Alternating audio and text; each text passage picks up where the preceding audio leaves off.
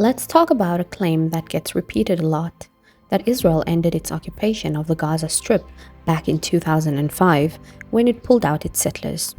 On paper, it sounds like disengagement meant freedom for Palestinians, but once you look closer, the reality is very different. Yes, in 2005, Israel removed about 8,000 settlers from Gaza and dismantled the military base that protected those settlements. But removing settlers doesn't automatically end an occupation. International law says a territory is occupied if a foreign power has effective control, not only physical presence. So what does effective control look like?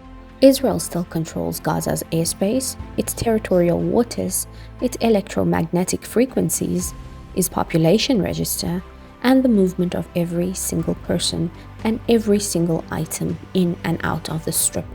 Nothing enters or leaves without Israel's approval. By those standards, Gaza remains occupied.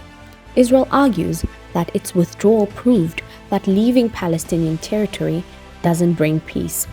Some go even further, saying Palestinians wasted the chance to build a peaceful place and instead turned Gaza into a threat.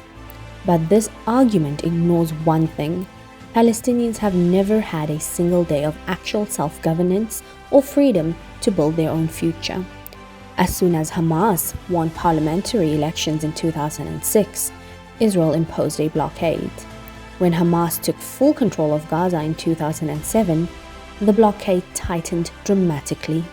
Since then, Gaza has been under a siege that affects every part of life: food, medicine, water, electricity, jobs, movements, everything. Human rights organizations have repeatedly called the situation a humanitarian catastrophe.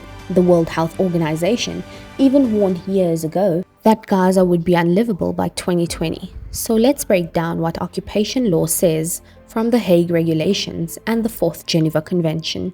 It applies wherever a military power has partial or total control over a territory, even if soldiers are not physically stationed everywhere. You don't need checkpoints on every corner to be an occupying power. You just need control over borders, movement, infrastructure, and basic systems that govern people's lives. And in Gaza, Israel still holds all that control. That's why many analysts, diplomats, NGOs, and global observers describe Gaza as one of the most restricted territories in the world, an enclosed area where 2 million Palestinians are trapped with almost nowhere to go. This isn't only about Gaza. In the West Bank, around 3 million Palestinians live in fragmented areas surrounded by checkpoints, walls, and a growing number of settlements. Even Israel's own leaders publicly state that they will not give up security control over the West Bank. Prime Minister Netanyahu said himself, Israel must avoid another Gaza in what they call Judea and Samaria.